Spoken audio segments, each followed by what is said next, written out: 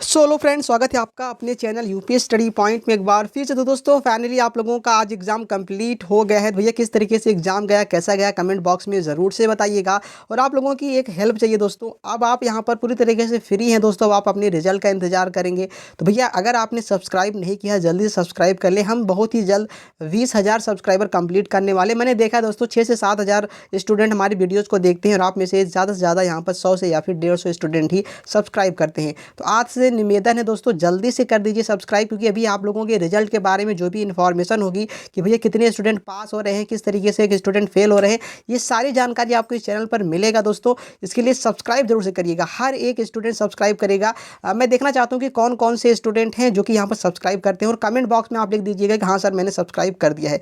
तो जल्दी सब्सक्राइब करिए। बाकी अगर आपका पेपर कोड है 825 JB, तो दोस्तों आज मैं इसके यहाँ पर सभी आंसर को बताने वाला हूँ। और अगर आपका कोई दूसरा पेपर कोड है तो आप हमें व्हाट्सअप भी कर सकते हैं। देखिए दोस्तों, अगर आप सब्सक्राइब किए रहेंगे तो ये व्हाट्सअप नंबर सेव कर लीजिए। आपको कोई भी हेल्प चाहिए आप हमें व्हाट्सअप कर दीजिएगा, मैं आपको ज़रूर से हेल्प करूँगा। जब भी आपका रिजल्ट आएगा दोस्तों तो रिजल्ट भी मैं आपको चेक करके बताऊँगा। तो इसके लिए सब्सक्राइब जरूर से कर लीजिएगा। चलिए स्टार्ट करते हैं। सबसे पहला यहाँ पर क्वेश्चन है दोस्तों, OMR में आपको जो फिल करना था कि भैया फ्रांसीसी क्रांति कब हुई थी। तो दोस्तों 4 ऑप्शन है, 1788, 1789, 1790 और 1787। तो इसमें सही आंसर होगा दोस्तों आप लोगों का होगा 1789, ऑप्शन नंबर बी। अगर आपने लगाया है बिल्कुल राइट है दोस्तों। इस बात पर लाइक जरूर से कर दीजिएगा अगर आपका सही है तो। ऑप्शन नंबर बी आपका बिल्कुल दोस्तों सही आंसर है। अगले क्वेश्चन की तरफ बढ़ते हैं दोस्तों। आनंद मठ के लेखक कौन है। पहला है बंकिम चंद्र चटर्जी, दूसरा है रविंद्रनाथ टैगोर, तीसरा है सतर चंद्र चटर्जी और सुभाष चंद्र बोस। तो दोस्तों आनंद मठ हमारे बंकिम चंद्र चटर्जी जी ने लिखा था। तो ऑप्शन नंबर ए आपका बिल्कुल राइट हो जाएगा। अगर आपने पहला ऑप्शन चूज किया है तो बिल्कुल सही आंसर है दोस्तों आपका। अगला क्वेश्चन दोस्तों, विश्व व्यापार संगठन WTO की स्थापना किस वर्ष हुई। क्या 1791 में हुई, 1794 में हुई, या फिर 1792 या फिर 1795। तो इसका जो सही आंसर होगा दोस्तों वो ऑप्शन नंबर डी आपका होगा, 1795 ईस्वी बिल्कुल सही आंसर है दोस्तों। अगला क्वेश्चन देखते हैं। ज्योतिबाई फुले ने कौन सी पुस्तक लिखी। पहली है गुलामगिरी, दूसरा है स्त्री धर्म, तीसरा है आराम जीवन, चौथा है कथा सागर। तो दोस्तों इसमें जो सही आंसर होगा वो आपका गुलामगिरी होगा। पहला ऑप्शन बिल्कुल सही हो जाएगा, इन्होंने गुलामगिरी लिखा था।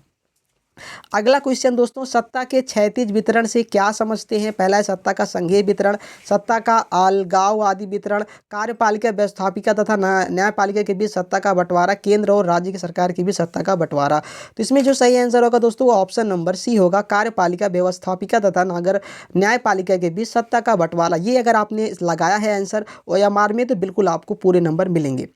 अगले क्वेश्चन की ओर बढ़ते हैं। निम्नलिखित में से कौन सा संघीय राज्य नहीं है। पहला है मणिपुर, दूसरा है त्रिपुरा, चौथा हिमाचल प्रदेश, इसके बाद जम्मू कश्मीर। तो दोस्तों जो जम्मू कश्मीर है ये आपका यहाँ पर नहीं है दोस्तों संघीय राज्य। ये ऑप्शन बिल्कुल सही है आपका।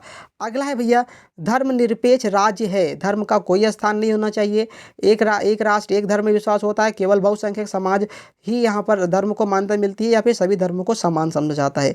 तो दोस्तों धर्मनिरपेक्ष राज्य वे होते हैं जिनमें सभी धर्मों को समान समझा जाता है। ऑप्शन नंबर डी आपका बिल्कुल सही हो जाएगा दोस्तों। अगला क्वेश्चन में बढ़ते हैं दोस्तों। राजनीतिक दलों के सामने कौन सी चुनौतियां हैं। पहला है आंतरिक लोकतंत्र का ना होना, परिवारवाद, धर्म और अपराधी तत्वों का प्रभाव, या फिर इनमें से सभी। तो दोस्तों इस तरीके के क्वेश्चन में हमेशा आपका जो राइट होता है वो चौथा ऑप्शन होता है, इनमें से सभी आपका बिल्कुल सही आंसर हो जाएगा। अगला क्वेश्चन दोस्तों देखते हैं कि निम्नलिखित में से कौन सा लोकतंत्र का अवगुण है। पहला है धनी व्यक्तियों का शासन, दूसरा है दलों में व्यक्तिवाद, बहुसंख्यक की प्राथमिकता, या फिर इनमें से सभी। तो दोस्तों इसमें भी आपका डी वाला ऑप्शन सही होगा, इनमें से सभी। ये बिल्कुल सही आंसर हो जाएगा। अगले क्वेश्चन की तरफ बढ़ते हैं दोस्तों। संविधान के अनुसार भारत की राजभाषा क्या है। तो भैया राजभाषा आप सभी को पता है हिंदी है हमारी राजभाषा। ये बिल्कुल सही आंसर हो जाएगा, पहला आपका बिल्कुल आंसर सही हो जाएगा। अगले क्वेश्चन की तरफ बढ़ते हैं दोस्तों। तो कौन सा उद्योग चूना पत्थर को कच्चे माल के रूप में प्रयुक्त करता है।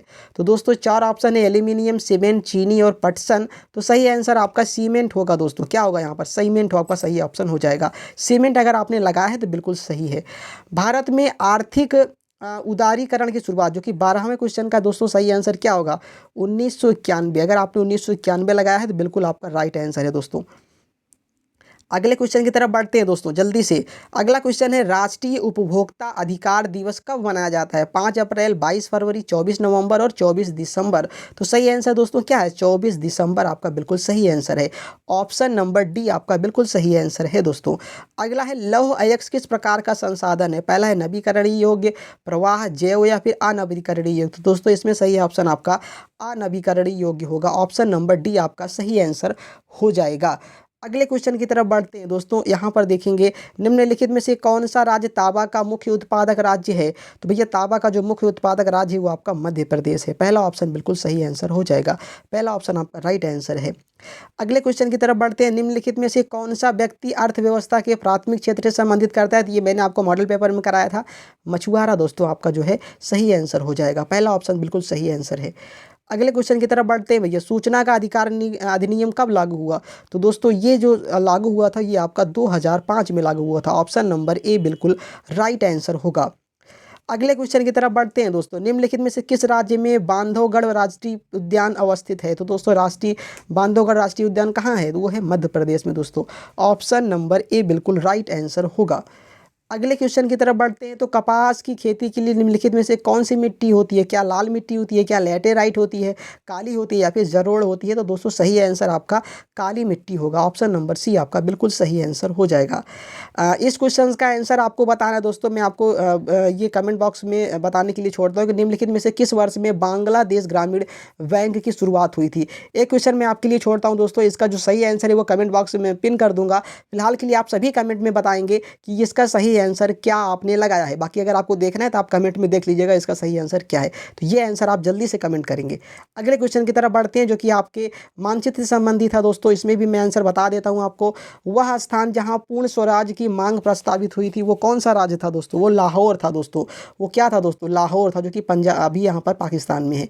अगला है वह स्थान जहाँ आनंद भवन है दोस्तों, लखनऊ में है, उत्तर प्रदेश है। इसका क्या आंसर होगा दोस्तों? उत्तर प्रदेश। अगर आपने मानचित्र में, मैंने आपको मानचित्र दर्शाना भी सिखाया था, अगर आपने उस तरीके से लिखा है तो बिल्कुल आपको राइट मिलेगा। पहले में लाहौर होगा, दूसरे में उत्तर प्रदेश होगा। वह स्थान जहाँ 1927 में कांग्रेस का अधिवेशन हुआ था तो दोस्तों वो आपका था मद्रास था। क्या था दोस्तों? मद्रास था आपका। वह स्थान जहाँ सर्वप्रथम नमक बनाया गया था तो वो आप लोगों का दोस्तों साबरमती था। अगला है वह जनपद जहाँ चौरा चौरी कांड हुआ था दोस्तों। चौरा चौरी कांड आपका गोरखपुर में हुआ था।